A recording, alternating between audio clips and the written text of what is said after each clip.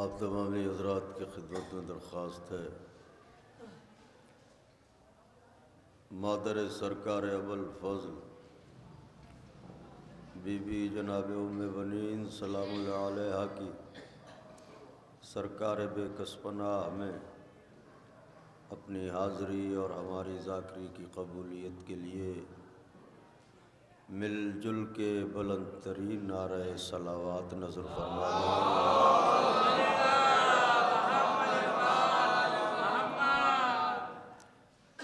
فاتحہ۔ لا حول ولا قوة الا باللہ العلی العظیم۔ حسبنا اللہ ونعم الوکیل، نعم المولا ونعم النصیر۔ اعوذ باللہ السمیع العلی العظیم من الشیطان اللعین الرجیم۔ بسم اللہ الرحمن الرحیم۔ الحمد للہ الذی ہدانا لہذا وما كنا لنهتدی لولا ان ہدانا اللہ۔ لقد جاءت رسل ربنا بالحق۔ الصلاة والسلام على سیدنا و نبینا و شفیعنا و مولانا بالقاسم محمد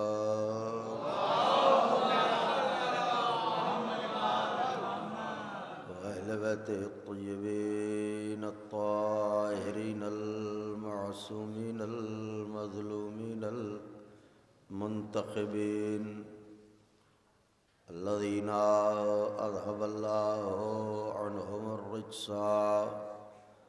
وطهرهم تطهيرا۔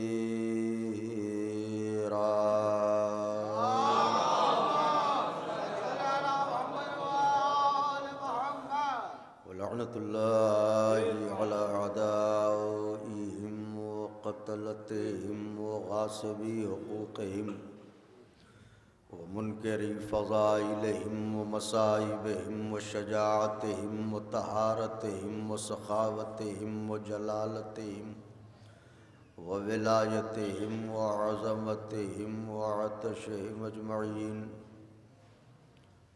من ليلنا هذا إلى قيام يوم الدين۔ أما بعد، فقد قال رسول اللہ صلی اللہ علیہ وآلہ وسلم: بسم اللہ الرحمن الرحیم۔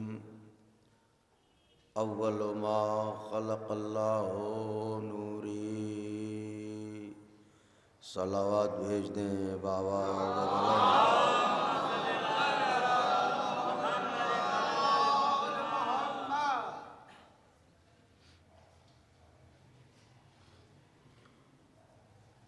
بزرگان مذہب و ملت،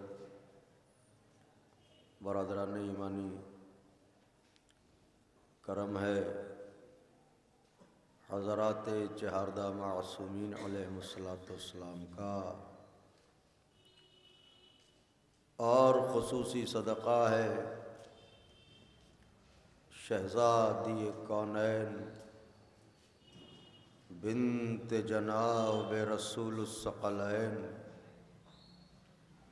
مادر حسنین صدیقہ طاہرہ راضیہ مرضیہ بطول عذرا حور انسیہ جناب فاطمہ زہرا سلام اللہ۔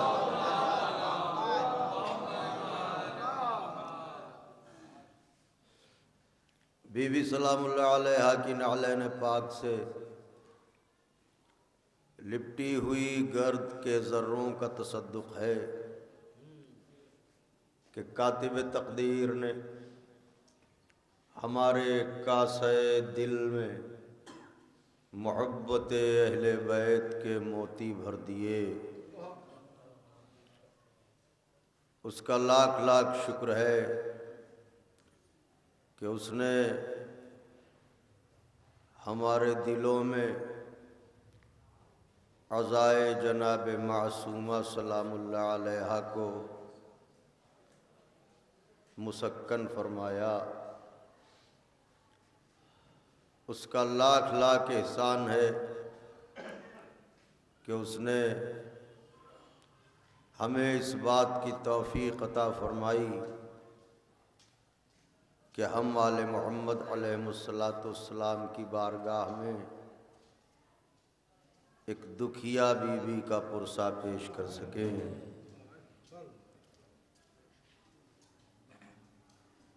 خدا کی بارگاہ میں آل محمد علیہ السلام کے دشمنوں پر لعنت کرتے ہیں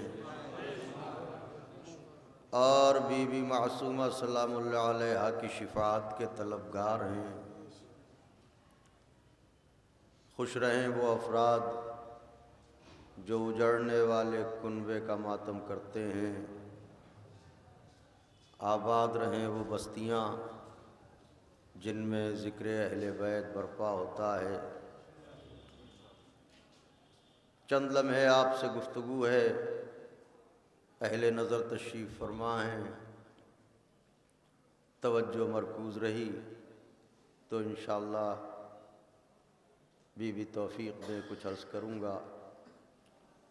میں نے آپ کی خدمت میں جس کلمہ نورانیہ کی تلاوت کی ہے، اس میں سرکار ختمی مرتبت احمد مجتبیٰ حضرت محمد مصطفیٰ صلی اللہ علیہ وسلم حضرت ارشاد فرماتے ہیں کہ اللہ نے سب سے پہلے میرے نور کو خلق کیا۔ ادھر تشریف لے آئیں، ایک اور صلوات ارشاد فرما دیں بآواز بلند۔ بات تھوڑی سی شاید نازک ہو، لیکن اگر توجہ رہی تو انشاءاللہ مرحلہ آسان ہو جائے گا۔ سرکار فرماتے ہیں کہ اللہ نے سب سے پہلے میرے نور کو خلق کیا۔ اس کا مطلب وسعت کونین میں جو بھی ہے وہ محمد کے بعد ہے۔ کائنات کی سرحدوں میں جو بھی ہے وہ سرکار کے بعد ہے، اس لیے کہ یہ ہم نہیں کہہ رہے ہیں، خود سرکار ارشاد فرما رہے ہیں کہ اللہ نے سب سے پہلے میرے نور کو خلق کیا۔ اب اسی نور میں کچھ نور اور ہیں، تو جس طرح یہ ماننا پڑے گا کہ وسعت کونین کا ہر وجود اور ہر موجود محمد کے بعد ہے، اسی طرح یہ بھی ماننا پڑے گا کہ اس نور میں جو انوار ہیں ساری کائنات کا ہر وجود ان کے بعد ہے۔ اب وہ چاہے نور محمد ہو، چاہے نور علی ہو، چاہے نور فاطمہ ہو، چاہے نور حسن ہو، چاہے نور حسین ہو۔ میں کچھ عرض کر رہا ہوں، ذرا غور فرمائیے گا۔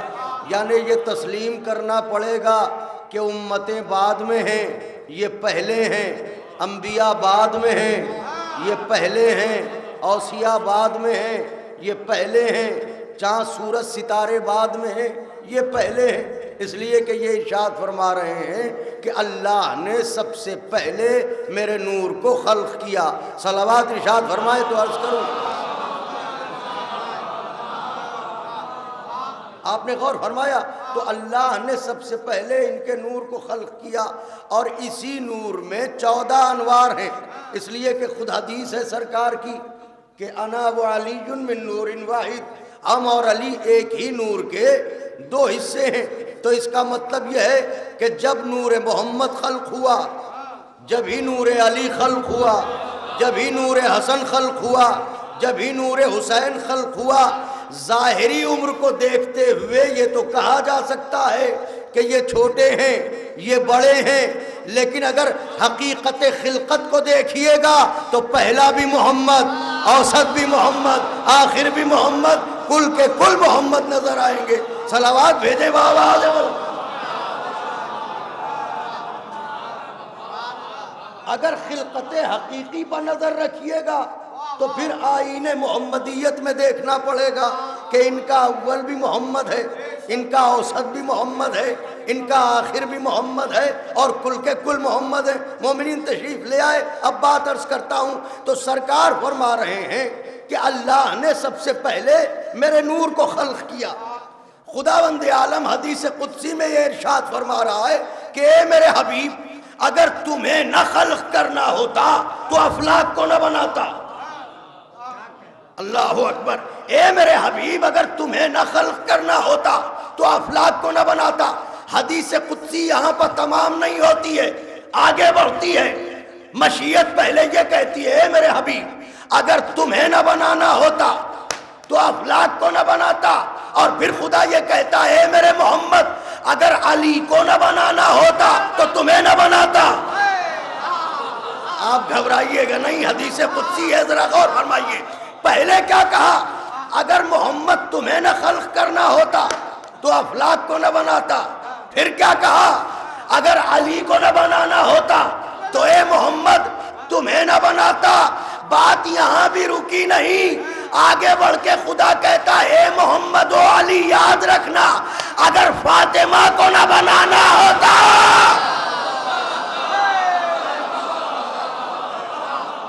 صلوات بھیج دیں بابا دیول۔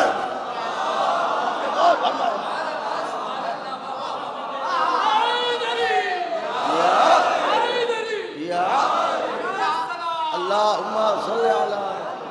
آپ نے غور فرمایا تو اب کیا کہا مشیت نے؟ ذرا غور فرمائیے گا۔ مشیت کہہ رہی ہے، سرکار نے کہا سب سے پہلے میرے نور کو خلق کیا۔ اب حدیث قدسی میں مشیت کیا کہہ رہی ہے؟ اے میرے حبیب، اگر تمہیں نہ بنانا ہوتا تو افلاک کو نہ بناتا۔ پھر کیا کہا؟ اگر علی کو نہ خلق کرنا ہوتا تمہیں نہ خلق کرتا۔ پھر کیا کہا؟ پھر یہ کہا اگر فاطمہ کو نہ خلق کرنا ہوتا تو تم دونوں کو نہ خلق کرتا۔ ہائے سبحان اللہ، یعنی تصویر نبوت بھی زہرا کی وجہ سے، ہائے ہائے ہائے ہائے، اور تصویر امامت بھی زہرا کی وجہ سے۔ اگر زہرا نہ ہو تو نبوت نہ ہو، اگر زہرا نہ ہو تو امامت نہ ہو۔ گویا زہرا اس مرکز کو کہتے ہیں کہ جہاں نبوت اور امامت دونوں سمٹ کے آ جائے۔ اب اس کی شرح سن لیجئے، یہ تو حدیث ہے، اس سے کسی کو انکار نہیں ہو سکتا۔ توجہ، اور انشاءاللہ دلوں کے دروازے کھلے ہوئے ہیں، بات یاد رہ جائے گی، بس بی بی توفیق دے دیں اور مناسب لفظیں میری زبان کی جھولی میں آ جائیں کہ تاکہ میں مفہوم کو لفظوں کے قالب میں ڈھال دوں اور ما فی الضمیر آپ تک منتقل کر دوں۔ باقی تو آپ ہم سے زیادہ سمجھدار ہیں۔ کیا فرمایا؟ اگر محمد کو نہ بنانا ہوتا افلاک کو نہ بناتا، علی کو نہ بنانا ہوتا محمد کو نہ بناتا، اور اے میرے محمد و علی، اگر زہرا کو خلق نہ کرنا ہوتا تو تمہیں نہ خلق کرتا۔ اس کا مطلب باعث خلقت افلاک محمد، باعث خلقت محمد علی، باعث خلقت محمد علی زہرا، یہی تو ہوا۔ اب عقل میں کیا بات آتی ہے، ذہن میں کیا بات آتی ہے کہ صاحب یہ کیسے ہو سکتا ہے، نبی کی وجہ سے سب ہیں، یہ کیسے ہو سکتا ہے کہ اگر زہرا کو خلق نہ کرنا ہوتا تو اللہ نبی کو نہ خلق کرتا، اگر زہرا کو خلق نہ کرنا ہوتا تو اللہ علی کو نہ خلق کرتا، اگر، پھر دوہرا رہا ہوں، اگر نبی کو خلق نہ کرنا ہوتا تو افلاک کو خلق نہ کرتا، اگر علی کو خلق نہ کرنا ہوتا تو نبی کو خلق نہ کرتا، اگر زہرا کو خلق نہ کرنا ہوتا تو ان دونوں کو خلق نہ کرتا۔ یہ فلسفہ سمجھ میں کیسے آئے کہ علی کی وجہ سے نبی کیوں اور زہرا کی وجہ سے یہ دونوں کیوں؟ یاد رہے، سرکار تھے نبی، اور اس کائنات میں آ رہے تھے اس سماج میں کہ جس سماج سے جاہل نہ پہلے لوگ تھے نہ بعد کے لوگ. ایسے خطرناک ماحول میں آ رہے تھے سرکار رسالت پناہ. اور سرکار رسالت پناہ کی سب سے بڑی ذمہ داری یہ تھی کہ وہ توحید کا پرچم بلند کریں. توحید کا پرچم بلند کرنے کے لیے سب سے پہلے اس بات کا اقرار کروانا تھا کہ میں کون ہوں, میں جو کہوں گا وہ سچ ہوگا. میں کیا کہہ رہا ہوں ذرا غور فرمائیے, میری بات پر یقین کرو, میں جو بھی کہوں گا وہ سچ ہوگا. میں نبی ہوں, میں تمہیں خدا کا عرفان دینے آیا ہوں.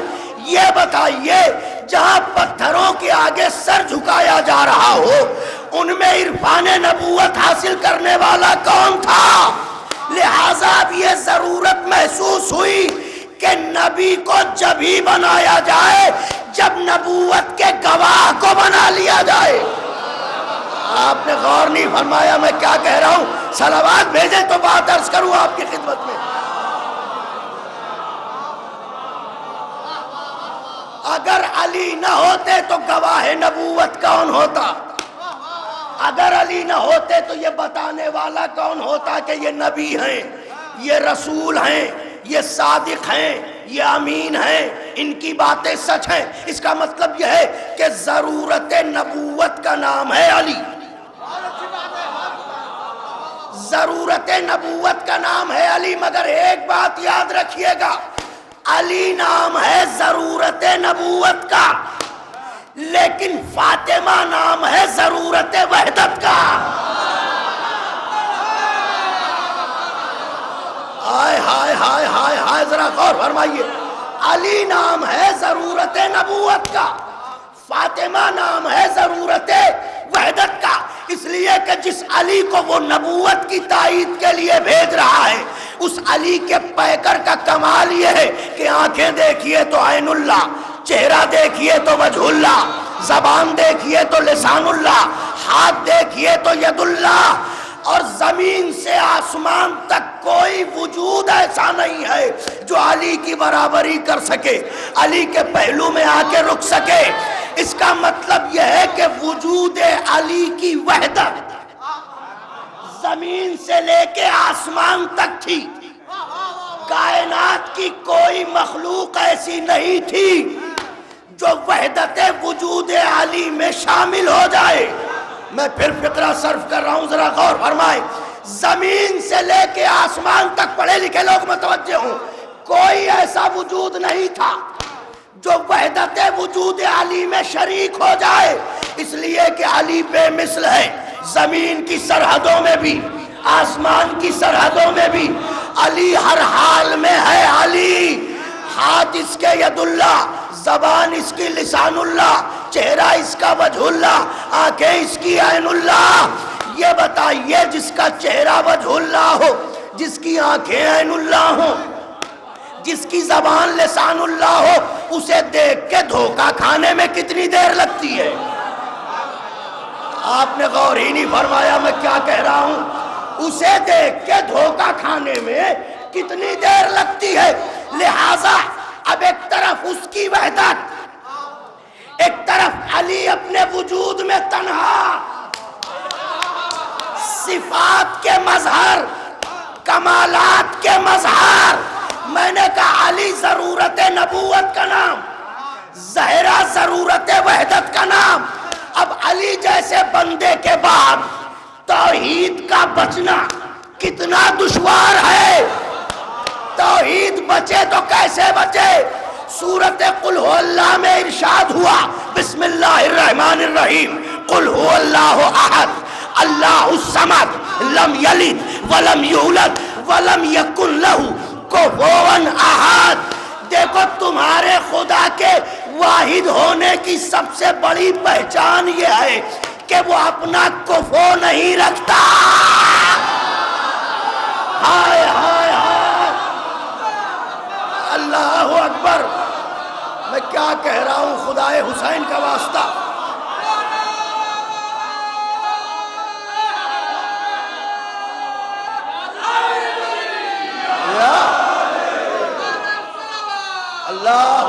صل علی.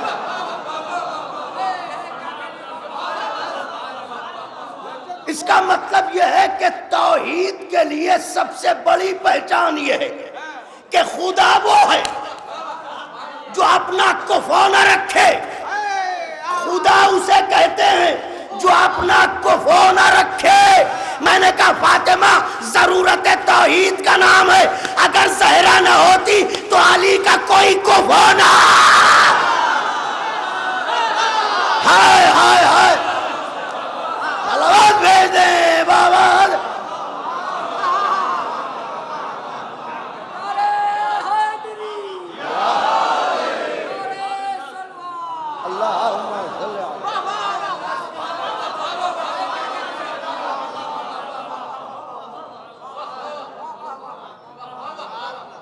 ناپختہ عقل بشر جب جب کمال علی کو دیکھ کے لڑکھڑائے، دہلیز بطول پہ آ جائے کہ وہ کفو نہیں رکھتا،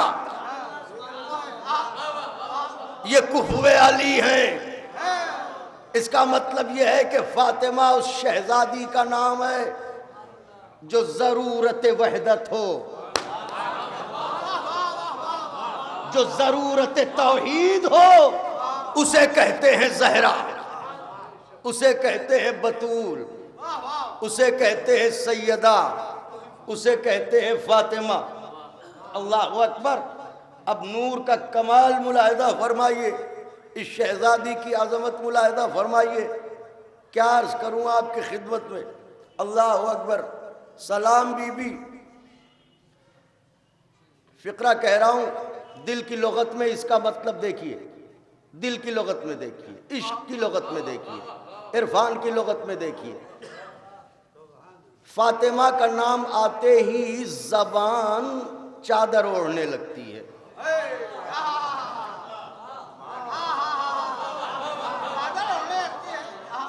ردا اوڑھنے لگتی ہے.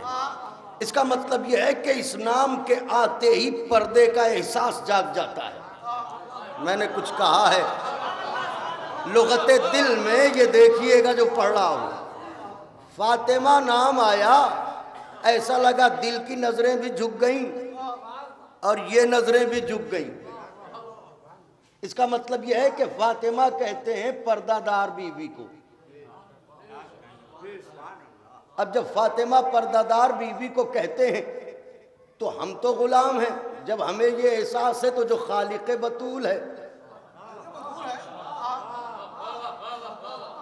اس نے کیا کیا نہ اہتمام کیا ہوگا، اس نے کیا کیا نہ خیال رکھا ہوگا زہرا کے پردے کا، اس نے کیا کیا نہ اہتمام کیا ہوگا بطول کے پردے کا.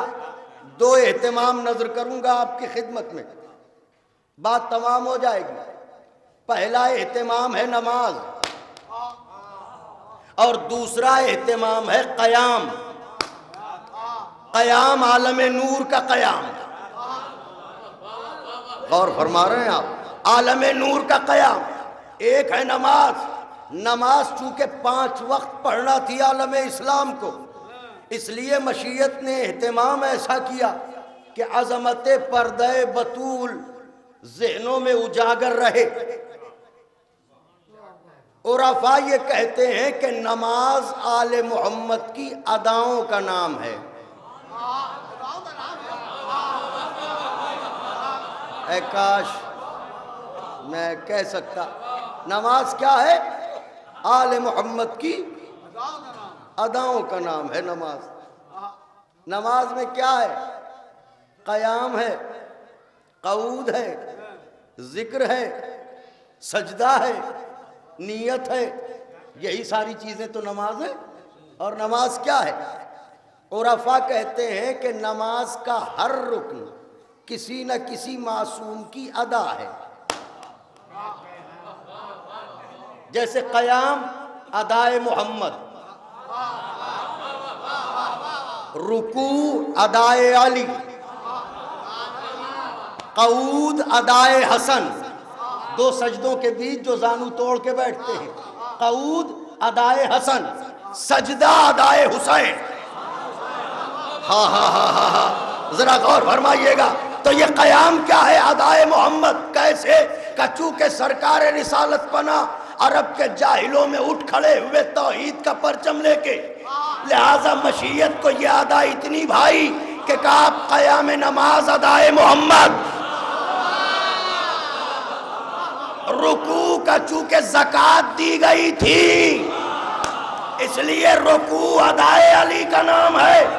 قعود دو زانو ہو کے بیٹھنے کو کہتے ہیں، چونکہ صلح نامہ بیٹھ کے لکھا گیا تھا۔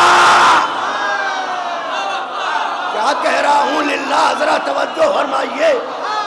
لہذا قعود ادائے حسن، سجدہ چونکہ حسین کا سجدہ آخر ہی دلیل توحید بنا، لہذا سجدہ ادائے حسین، تو قیام ادائے محمد، رکوع ادائے علی، قعود ادائے حسن، سجدہ ادائے حسین۔ تو پھر پنجتن میں بی بی بھی تو ہے، بی بی کی ادا کیا ہے؟ مشیت نے کہا چونکہ زہرا پردے دار بی بی ہے اس لیے نیت میں چھپا کے رکھا۔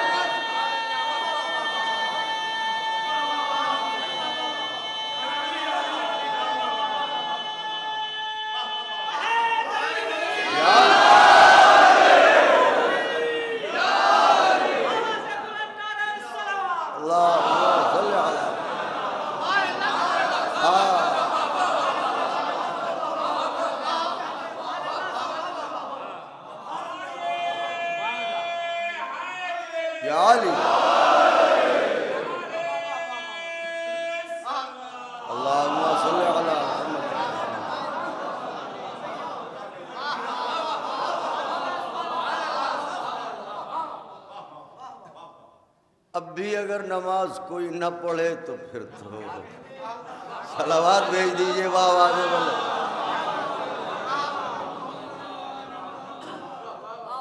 تو یہ کون ہے؟ پردہ دار بی بی، سلام اس بی بی کو، پردہ دار۔ اب احتیاط پردہ ملاحظہ فرمائیے، نور محمد خلق ہوا،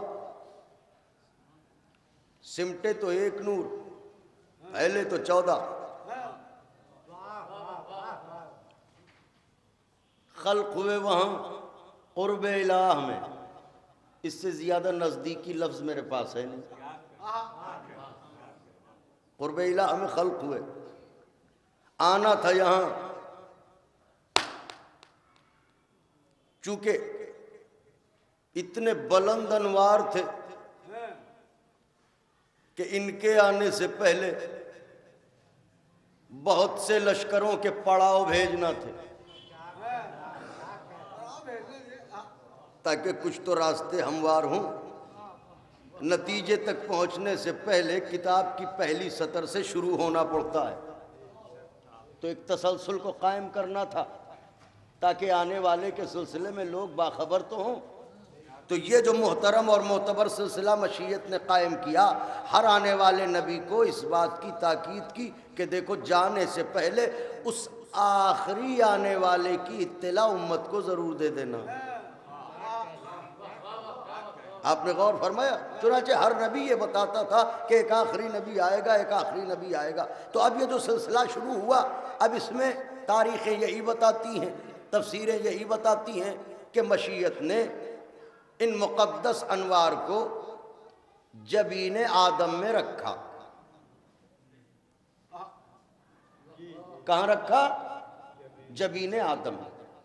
یہی سبب تھا کہ آدم مسجود ملائکہ بنے۔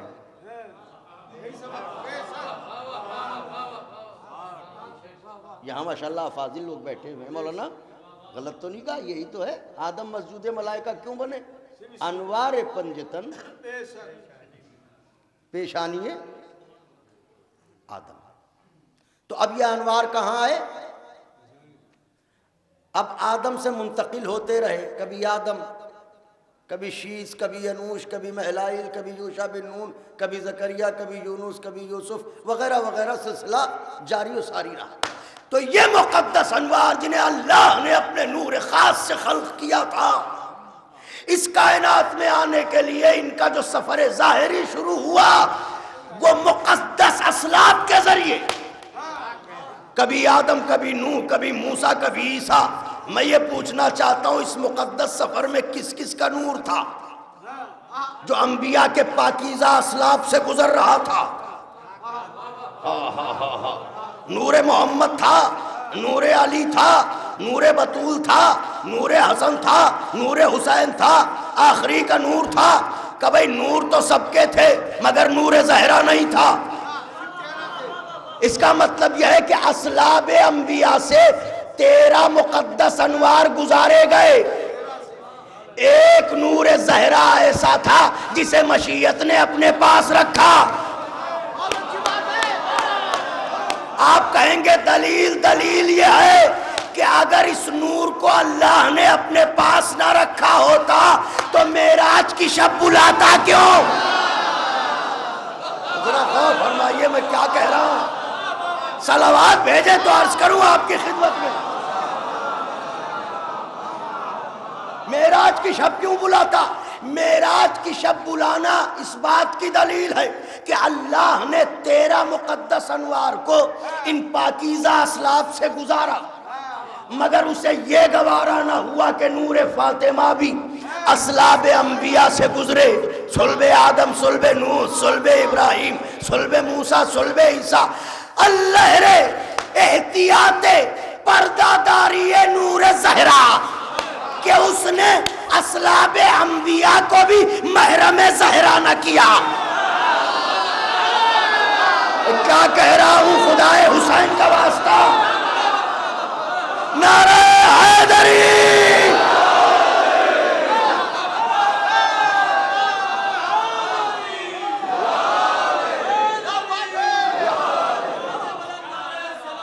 اللہم صلی علی محمد۔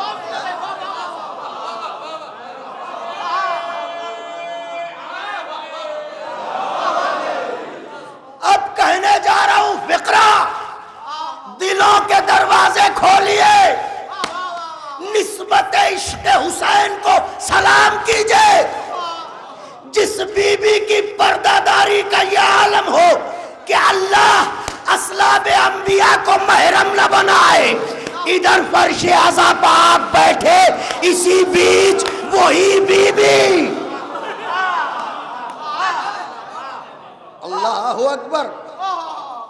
یہ سعادت عظمیٰ کس نے دی؟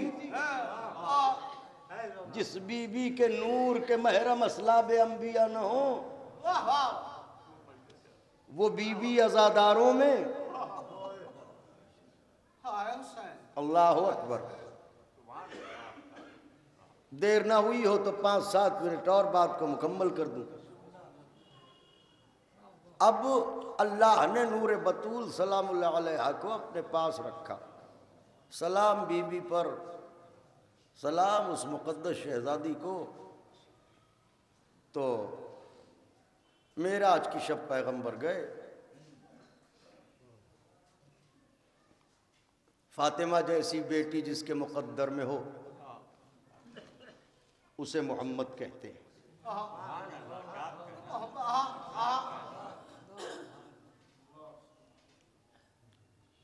معراج پیغمبر کا سبب بن گئی زہرا۔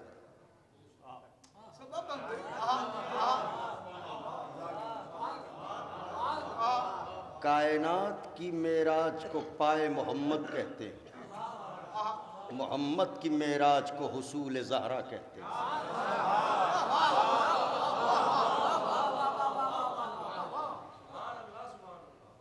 اب بی بی کتنی پردہ دار ہے یہ بات تو سمجھ میں آ گئی۔ اب آئیے آخری پہلو، محشر کا میدان ہے، اولین و آخرین کی بھیڑ ہے۔ میری طرف دیکھیے گا،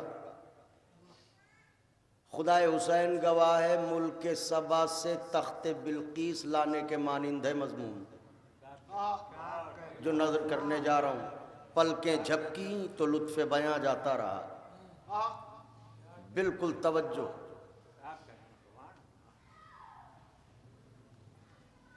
میدان محشر زمین کھنگالی جا چکی،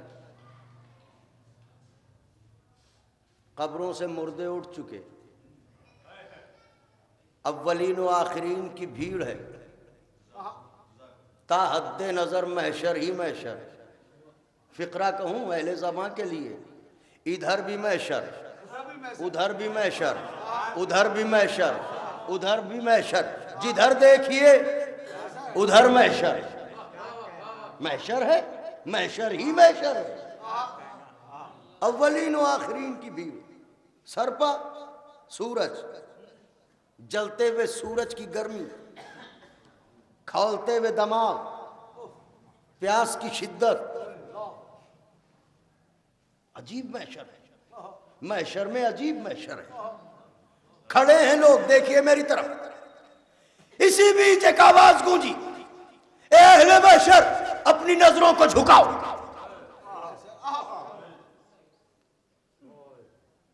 اے اہل محشر اپنی نظروں کو جھکاؤ. کیوں؟ بنت رسول کی سواری آ رہی ہے. خدائے حسین کا واسطہ، بنت رسول کی سواری آ رہی ہے. بی بی کی سواری آج کی شام سے آئے گی. خاتون محشر ہیں، ملکہ محشر ہیں، کس انداز سے آنی چاہیے سواری. سرکار رسالت پناہ فرماتے ہیں کہ میری بیٹی اس انداز سے وارد محشر ہوگی کہ جلال کبریا کی ردا اس کے سر پر ہوگی.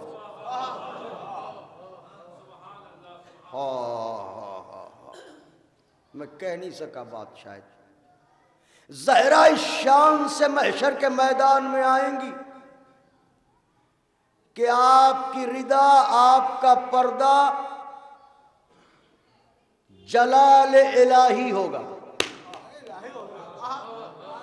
الہی جلال کی ردا اوڑھے زہرا وارد محشر ہوں گی.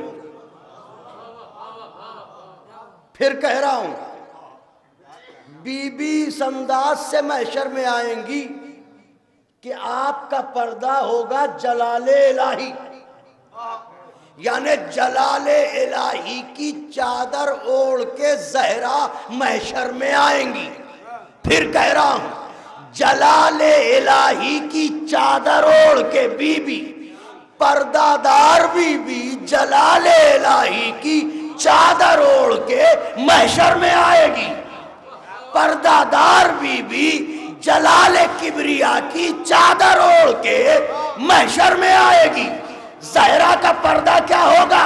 جلال الہی کی چادر، جلال کبریا کی چادر. اب یہ کیسے سمجھ میں آئے کہ یہ جلال کبریا کی چادر کیا ہے؟ یاد رہے دو چیزیں ہیں، ایک ہے جلال، ایک ہے جمال. خدائے حسین کا واسطہ، ایک ہے جلال، ایک ہے جمال. یوں سمجھیے چاند ہے جمال کا پرتو، سورج ہے جلال کا پرتو. چاند کو جو چاہے دیکھ لے، کوئی سورج سے آنکھیں ملا کے دکھا. ہائے ہائے ہائے، کیا کہہ رہا ہوں؟ خدائے حسین کا واسطہ ہے، غور کریں. چاند پرتو جمال ہے، جو چاہے دیکھ لے، مگر سورج جمال نہیں ہے، جلال ہے. کوئی آنکھیں ملا کے دیکھے. صاحب کیسی باتیں کر رہے ہیں، آنکھوں کا نور چلا جائے گا. اگر سورج کی طرف دیکھا، اس کا مطلب یہ ہے کہ جمال کی طرف تو دیکھا جا سکتا ہے.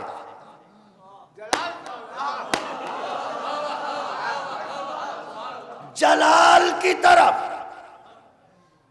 نہیں دیکھا جا سکتا. دلیل دوں، فوجیں دریا سے بھاگ بھی گئیں، سناٹا بھی ہو گیا، غازی نے مشق بھر بھی لی، کسی سے پوچھئے کوئی چہرہ بتا دے عباس کا چہرہ کیسا تھا؟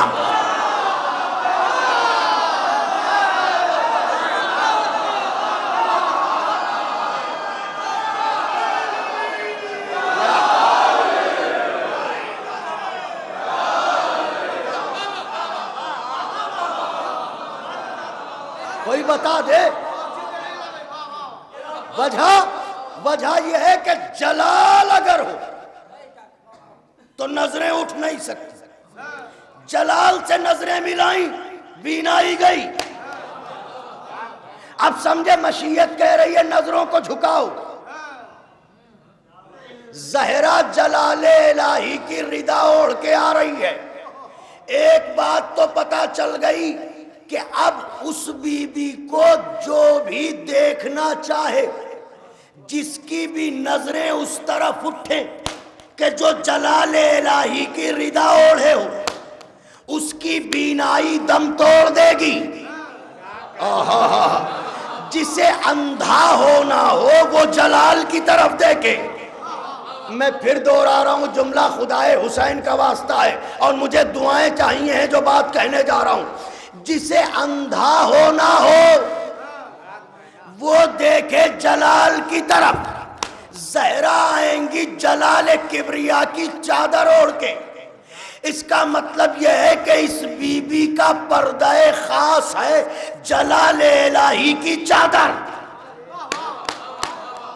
یعنی فاطمہ ہونے کے لیے، زہرا ہونے کے لیے یہ ضروری ہے کہ وہ جلال الہی کی چادر اوڑھے۔ اب جب زہرا کا پردہ ہے جلال الہی تو کوئی بی بی اگر ثانی زہرا ہو، کیسے میں پڑھوں، میں کیا کہہ رہا ہوں، اگر کوئی بی بی ثانی زہرا ہو تو پھر وراثت میں اسے بھی یہی ردا ملنی چاہیے جو ردا زہرا، وہی ردا زینب ہونی چاہیے۔ اگر یہ زہرا تو وہ ثانی زہرا، تو اب اگر زہرا کی ردا ہے جلال الہی تو پھر زینب کی ردا بھی ہونی چاہیے جلال الہی۔ دلیل کیا ہے کہ زینب کے پاس بھی جلال الہی کی چادر تھی؟ دلیل یہ ہے کہ جو بھی جلال کی طرف نظریں اٹھائے گا وہ اندھا ہو جائے گا۔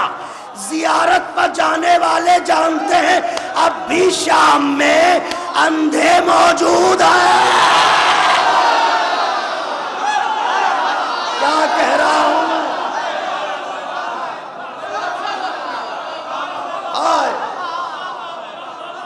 اب بھی شام میں اندھے موجود ہیں۔ ان سے اگر پوچھئے دیکھنے میں تو اچھے خاصے ہو، آنکھیں کہاں کھو آئے، تو وہ یہی کہتے ہیں کہ 1400 برس پہلے اپنے وقت کی زہرا اسی بازار سے گزری تھی۔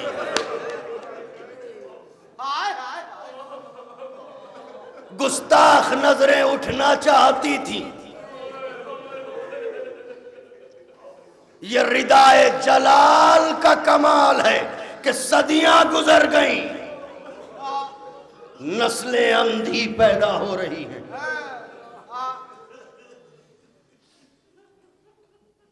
اے مسلمانوں، تم نے اس بی بی کی چادر چھین لی،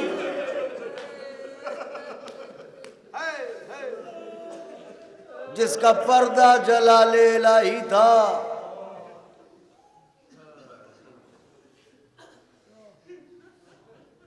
بلند ہو گئی آوازیں۔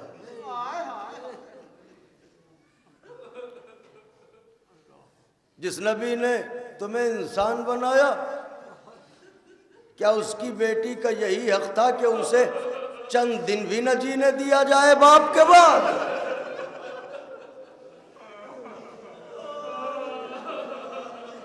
آئے زہرا، آئے بطول،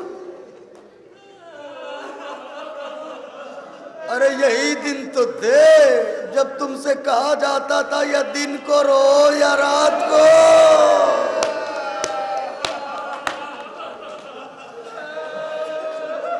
بی بی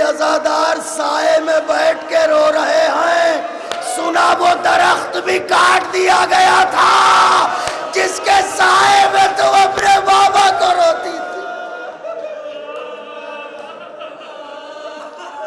کیا روتے ہیں آپ؟ کیا گریہ کرتے ہیں آپ؟ خدا کسی غم میں نہ رلائے سوائے غم مظلوم کربلا کے۔ کیا پڑھوں بی بی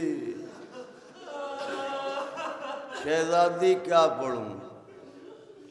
کیا یہ پڑھوں کہ جس دروازے پر نبی سلام کرتے تھے اسے جلا دیا گیا؟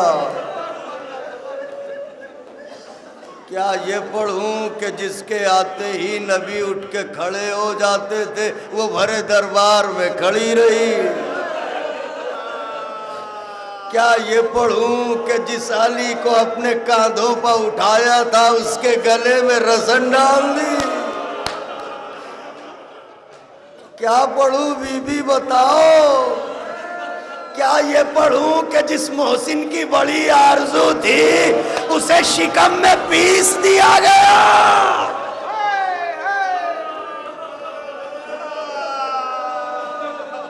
بی بی کیا پڑھوں؟ کہاں سے مصائب پڑھوں شہزادی؟ بہرحال آنسوؤں کو قبول کرو۔ اے بی بی، اے بی بی، بی بی، آج تو زخموں کا کفن پہننے والا حسین بھی آیا ہوگا۔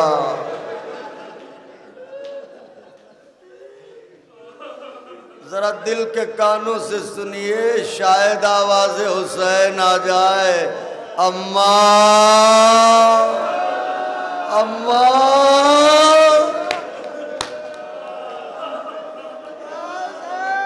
اجرکم علی اللہ۔ خوب روئے، خوب تڑپے، خوب گریہ کیا۔ دیکھیے لمحے بھر کو ٹھہر جائیے، میں ایک سوال کرنا چاہتا ہوں۔ مجھے معلوم ہے دل بھرے ہوئے ہیں، ایک سوال ہے ذرا سا بس، جو حضرت کے عزادار بی بی کے غمگسار باہر کھڑے ہیں وہ بھی، اور جو اندر تشریف فرما ہے وہ بھی، صرف ایک سوال کرنا چاہتا ہوں سوگوارو۔ بی بی پردہ دار ہے نا؟ مجھے ایک بات بتائیے، اگر کسی پاکیزہ اور کسی صاحب عزت گھرانے کی کوئی خاتون آپ سے یہ کہے کہ میں آپ کے پاس فلاں چیز طلب کرنے آ رہی ہوں، تو آپ کی غیرت کیا کہے گی؟ آپ کہیں گے تم غیرت دار گھرانے کی ہو بی بی، تم نہ آنا، ہم خود آ جائیں گے۔ ہمارے یہاں یہ احساس واقعی ہے، مگر ہائے نبی کی بیٹی اپنے گھر سے نکلی، بھرے دربار میں گئی، زہرا بڑی دیر تک دربار میں کھڑی رہی۔ ارے وہی دربار، وہی زہرا، اور اب جو پلٹ کے آئیں میری طرف دیکھیے، بی بی ہچکیوں سے رو رہی تھی۔ جناب امیر نے دیکھ لیا، آگے بڑھے، بنت رسول کیا ہوا؟ فدک نہ ملنے کا غم ہے؟ علی تمہارے آنسو نہیں دیکھ سکتا؟ پھر دین خدا کے لیے اپنے بابا کو جواب دے دینا، بطول میں جا رہا ہوں، یہ کہہ کے قبضہ ذوالفقار پر ہاتھ رکھا علی نے۔ زہرا تمہارے آنسو نہیں دیکھ سکتا۔ ایک مرتبہ زہرا آگے بڑھی، یا علی نہ جائیے، میں فدک کے لیے نہیں رو رہی ہوں۔ کہ پھر کس لیے؟ کہ رونا تو اس بات پر آ رہا ہے کہ اتنی دیر میں دربار میں کھڑی رہی، کسی نے یہ بھی نہ کہا نبی کی بیٹی بیٹھ جاؤ۔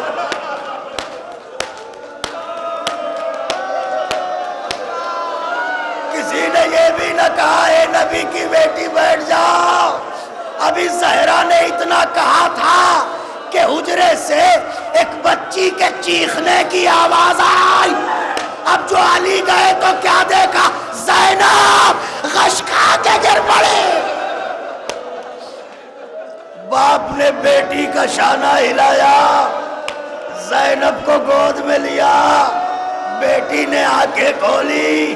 علی نے تڑپ کے کہا میری لاڈلی زینب، کون سی مصیبت دل پر گزری جو تم غش کھا گئی؟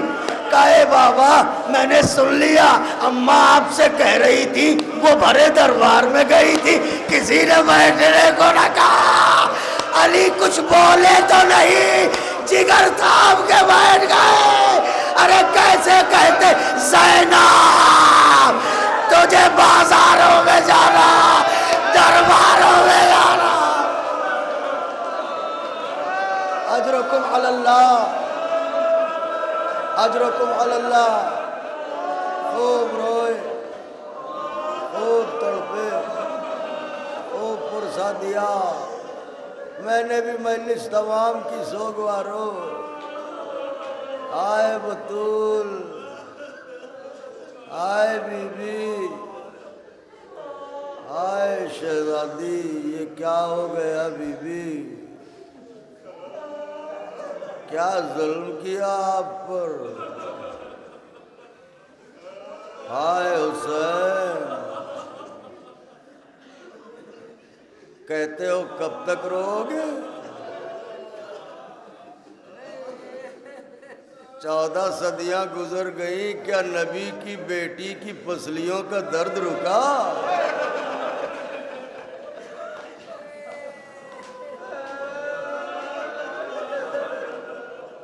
پسلیاں بھی توڑی، پوچھتے بھی ہو کب تک روئیں گے؟ اللہ اکبر، اللہ اکبر، اللہ اکبر. مجلس تمام ہے، 2 سے 2.5 منٹ کے اندر مجلس تمام ہے. بس ایک روایت پڑھوں گا، تمام کر دوں گا مجلس. مجھے نہیں اندازہ ہے اگر میں پڑھ سکا تو آپ کب کب روئیں گے. یہ یقین ہے کہ جب جب یاد آئے گا بے چین ہو جائیے گا.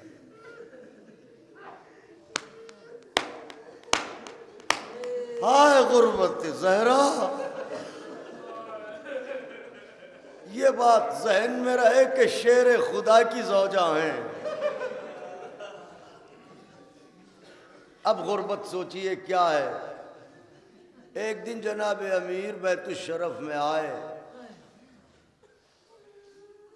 آن کے کیا دیکھا کہ بنت رسول مصلی پائیں، محو عبادت ہیں. علی کھڑے ہو کے حسن عبادت دیکھنے لگے. کچھ دیر گزری تھی کہ اتنے میں زہرا نے تکبیر کہی، اللہ اکبر. عزادار و غضب ہو گیا. علی جگر تھام کے وہیں بیٹھ گئے، ہلا نہ گیا علی سے. سمجھے کیوں؟ زہرا نے تکبیر میں ایک ہی ہاتھ اٹھایا.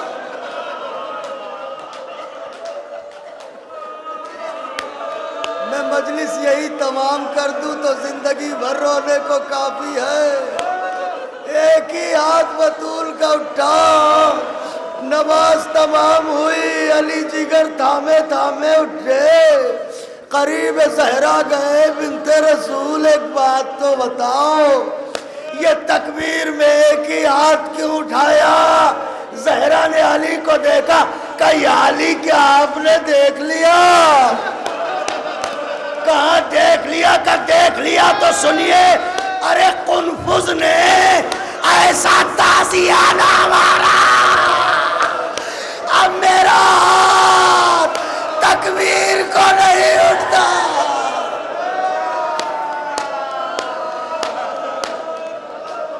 اب میرا ہاتھ تکبیر کو نہیں اٹھتا. ہائے حسین، خوب روئے. تمام کر دی مجلس میں نے. یا علی قنفذ نے ایسا تازیانہ مارا ہے کہ اب یہ ہاتھ نہیں اٹھتا ہے تکبیر کو، اور یہ عالی حد تو یہ ہے کہ میں اس سے تسبیح بھی نہیں پڑھ پاتی۔ یہ بات ذہن میں رہے کہ بی بی کا ہاتھ اتنا زخمی تھا کہ نہ تکبیر کو اٹھتا تھا نہ تسبیح پڑھ پاتی تھی۔ وہ لمحہ بھی آ گیا کہ بی بی نے آنکھیں بند کر لی، چلی گئی بابا کے پاس۔ غسل و کفن ہوا، وقت وداع، زینب آؤ، ام کلثوم آؤ، حسن آؤ، حسین آؤ، ایک ایک کر کے بچے آتے رہے۔ کبھی زینب آئیں، اماں الوداع، ام کلثوم، اماں خدا حافظ، حسن، اماں الوداع۔ نہ آیا تو حسین، نہ آیا تو ننھا شہزادہ۔ علی نے اب جو تڑپ کے دیکھا تو کیا دیکھا؟ گھر کے گوشے میں دیوار سے سر لگائے حسین سسک سسک کے رو رہے ہیں، اماں اماں اماں۔ ایک بتا علی نے تڑپ کے کہا میرے لال حسین دیر ہوتی ہے، جلدی آؤ، ماں کو رخصت کرو۔ حسین نے بہتے ہوئے آنسوؤں کو پوچھا، بابا کی طرف دیکھ کے کہا بابا ایک بات تو بتاؤ، کیا میری ماں عظمت میں مریم سے کم ہے؟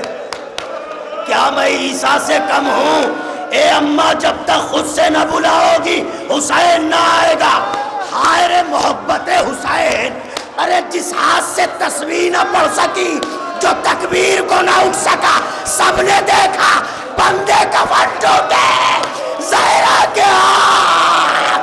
آجا میرے لال، آجا میرے حسین، آجا میرے غریب۔ میں کہوں گا بی بی جب حسین کربلا میں گھوڑے سے گرنے لگے، جب بھی آ جانا، آجا میرے لال، آجا میرے حسین۔